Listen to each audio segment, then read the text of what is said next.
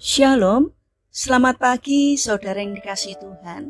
Kiranya berkat, damai sejahtera dan sukacita dari Tuhan Yesus Kristus senantiasa menyertai saudara sekalian. Sebelum kita mendengarkan firman Tuhan dan renungan, mari kita berdoa. Tuhan Allah Bapa yang baik, kami sungguh bersyukur atas kebaikan dan kemurahan-Mu karena Engkau selalu melindungi dan memberikan pertolongan dalam kehidupan kami.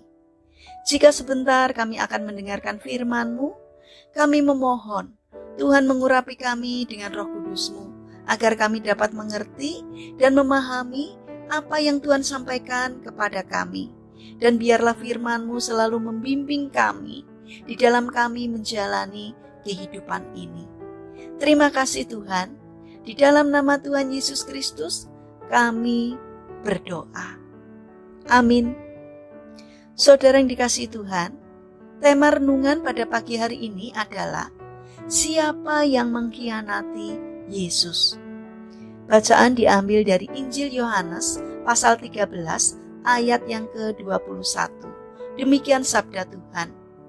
Setelah Yesus berkata demikian, ia sangat terharu, lalu bersaksi, "Aku berkata kepadamu, sesungguhnya seorang di antara kamu akan menyerahkan aku." Saudara yang dikasihi Tuhan, dalam sebuah lukisan yang berjudul La Supper, karya Leonardo da Vinci, digambarkan suasana perjamuan terakhir Yesus dan para muridnya sebelum Yesus disalibkan. Ketika Yesus mengatakan, "Sesungguhnya aku berkata kepadamu, salah seorang di antara kamu akan menyerahkan aku." Tentu saja para murid bertanya-tanya, siapa yang akan mengkhianatinya? Petrus kemudian menyuruh Yohanes untuk menanyakan kepada Yesus siapa orangnya. Namun, secara tidak langsung, Yesus menyatakan bahwa pengkhianat itu adalah Yudas. Tetapi para murid sama sekali tidak mengerti. Dengan percaya diri, Petrus mengatakan bahwa dia akan setia mengikuti Yesus kemanapun Yesus akan pergi. Namun Yesus mengatakan bahwa Petrus akan menyangkal Yesus 3 kali sebelum ayam jantan berkokok. Sampai di sini kita bisa mengetahui bahwa yang mengkhianati Yesus bukan hanya Yudas, tetapi juga Petrus. Tetapi pada bab berikutnya, kita dapat mengetahui bahwa bukan hanya Yudas dan Petrus yang mengkhianati Yesus, tetapi murid-murid Yesus yang lain pun meninggalkan Yesus seorang diri waktu para serdadu menangkap dia. Saudara yang terkasih, sebenarnya bukan hanya para murid saja yang mengkhianati Yesus. Kita sebagai pribadi yang percaya kepadanya pun sering mengkhianati dia. Kita memuji dan memuliakan Yesus dalam ibadah-ibadah di gereja, tetapi kita pun terus jatuh bangun di dalam dosa dan tidak setia menjalankan perintahnya. Yesus pernah mengatakan, "Kamu adalah sahabatku, jikalau kamu berbuat apa yang kuperintahkan kepadamu." Yesus bukan hanya menjadikan kita sekedar seorang pengikutnya saja, namun Dia mengangkat kita menjadi sahabatnya. Karena itu, alangkah kejamnya kita jika kita mengkhianati Dia hanya karena kita tergiur oleh kenikmatan dosa yang jelas-jelas menghancurkan hubungan kita dengan Yesus. Oleh karena itu, marilah kita segera bertobat dan memperbaiki hidup kita. Jadikan diri kita pribadi-pribadi yang setia dan taat kepada firman dan kehendak-Nya.